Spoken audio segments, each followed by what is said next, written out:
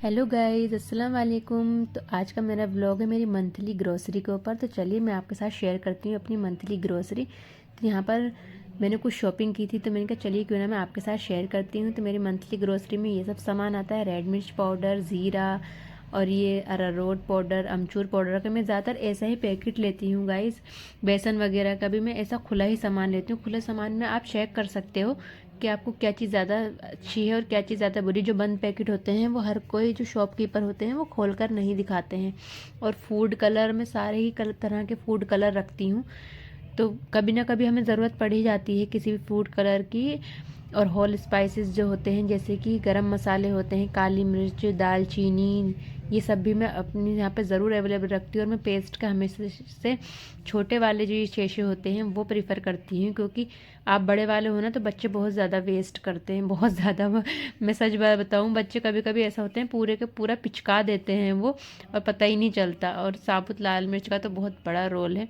तो मैंने कहा क्यों ना, घर में तो सामान आता ही है और आज मुझे इसको सेट भी करना था अपनी मंथली ग्रोसरी जैसे मेरे आती है ना। मैं उसी के अकॉर्डिंग फिर मैं जल्दी जल्दी से जो डब्बे खाली हो जाते हैं उनमें अपने डब्बों में सामान रख देती हूँ। और जो डब्बे थोड़े से भरे हुए होते हैं, जो सामान बच जाता है, उनको कैसे रखती हूँ मैं आपको वो भी दिखाती हूँ।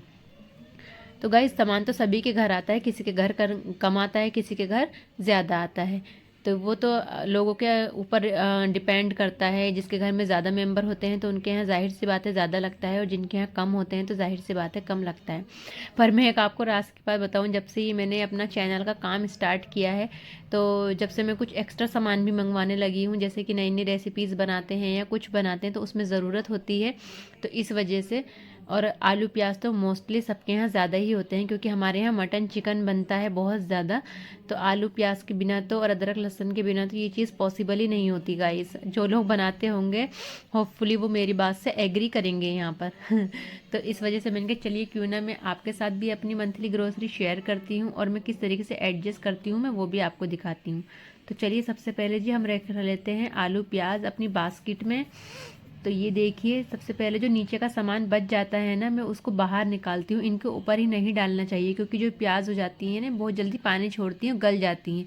अगर हम पुरानी प्याज़ों को नीचे रख देंगे तो उससे क्या होगा कि ये प्याज हम यार यूज़ नहीं आएंगी और ये और ज़्यादा पुरानी हो जाएंगी। और आप देखिए, मैं हमेशा से अपनी बास्केट के अंदर ये फॉइल पेपर बिछाती हूँ, ताकि जो भी कचरा वगैरह प्याज का या आलू का या लहसुन का गिरता है उससे हमारा प्लेटफॉर्म या कुछ भी चीज़ मैसी नहीं होती, सारा इसके अंदर आता है। और अब जब इसमें नई चीज़ डालें तो इसको निकाल दें या तो पेपर बदल दें, अगर गंदा नहीं हुआ है तो आप वो भी बिछा सकते हैं दोबारा भी। तो आई होप आपको मेरी ये ट्रिक अच्छी लगी होगी। तो ये देखिए, अब मैं वन बाय वन करके अपनी सारी प्याज को इसके अंदर ट्रांसफ़र कर दूँ। तो चलिए जी, अब हमारी प्याज तो हो गई, अब हमारी बारी आती है आलू कचालू की। तो ये मजाक तो होते ही रहेगा। अब आलू और लहसुन में एक साथ इसलिए रखती हूँ क्योंकि सुबह में मुझे लहसुन का काम रहता है, क्योंकि मेरे हस्बैंड ना लहसुन गर्म पानी कि मैं छोटे छोटे पीस करके देती हूँ लहसुन के, गर्म पानी के साथ वो खाते हैं। इससे कोलेस्ट्रॉल बीपी वगैरह सब कुछ नॉर्मल रहता है। तो लहसुन का मुझे ज़्यादातर काम रहता है, तो इसलिए मैं थोड़ा सा लहसुन प्याज की टोकरी में रखती हूँ कि मुझे फटाफट से मिल जाए और एकदम से मुझे परेशान ना होना पड़े।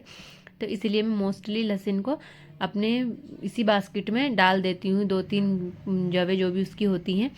तो ये देखिए, अब हमारे यहाँ पर हमारे आलू भी मोस्टली हो चुके हैं, सारी चीज़ अच्छी तरीके से।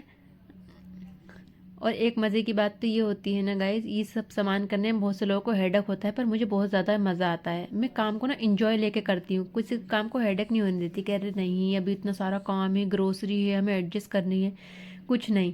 तो चलिए जी, बातें तो होती रहेंगी। अब देखिए, जो मेरी दालें वगैरह खाली हो चुके हैं तो हम उनको करते हैं फिल। और ये देखिए, और आपको एक बात बता देती हूँ, मेरे में क्या पचका हुआ है मेरे साथ में, झूठ नहीं बोलूँगी, सीरियसली आपको बताती हूँ। मैंने मसूर की अक्खी मसूर के डब्बे में मसूर की दाल मिला दी है वीडियो बनाने के चक्कर में गाइस। और बाद में जो मुझे परेशानी हुई है ना, आई कांट एक्सप्लेन, मैं आपको एक्सप्लेन नहीं कर सकती हूँ कि वो मैंने किस तरीके से अलग की है। देखिए, इस दाल का डब्बा था और मैंने उस दाल में डाल दिया। तो कभी कभी हो जाता है, क्योंकि मेरा फोकस कैमरे पे था और मैं अपनी ग्रोसरी को कर रही थी।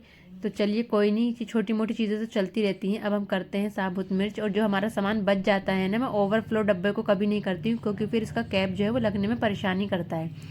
तो ये देखिए, चलिए अब बस करते हैं हम अब बेसन अपने डब्बे में बेसन का काम मुझे बहुत ज़्यादा रहता है, क्योंकि मैं नाश्ता वगैरह में भी कभी ब्रेड पकोड़े कभी कुछ, मुझे ऐसी चीज़ें बहुत ज़्यादा पसंद हैं।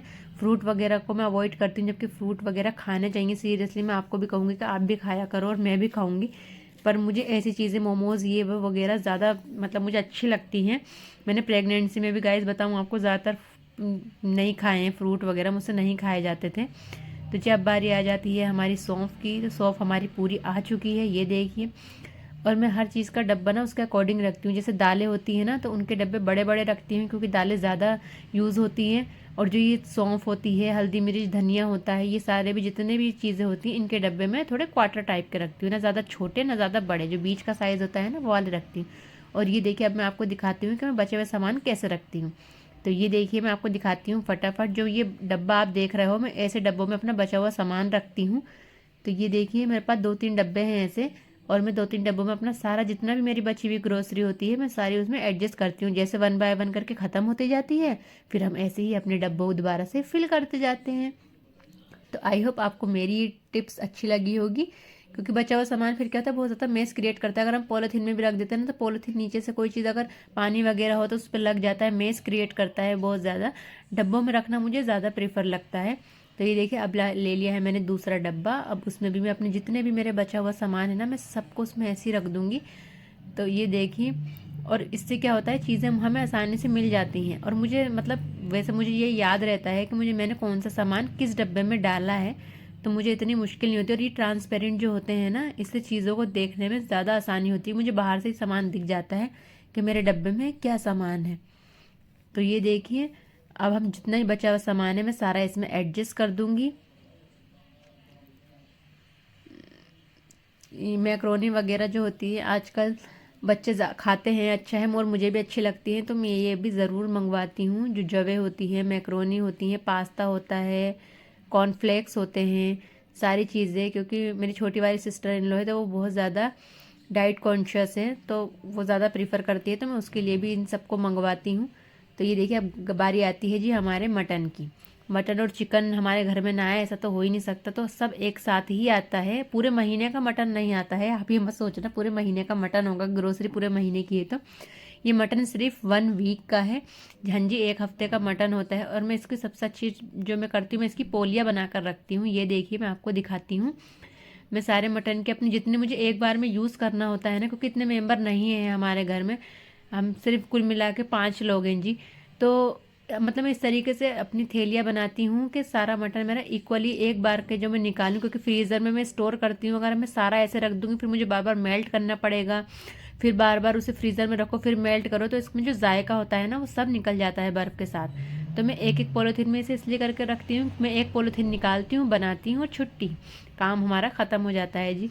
तो इसी के साथ देखिए, मैं सारे अपने मटन को एडजस्ट कर लूँगी बहुत अच्छी तरीके से। तो मैं उम्मीद करती हूँ आपको मेरी ये ट्रिक भी अच्छी लगी होगी, और ये बहुत यूज़फुल होती है। आपके घर में कभी भी ज़्यादा मटन चिकन जैसे आता हो, तो आप ऐसे ही करा करिए, क्योंकि एक हाउसवाइफ को पता होता है कि हमें एक बार में कितना बनाना है।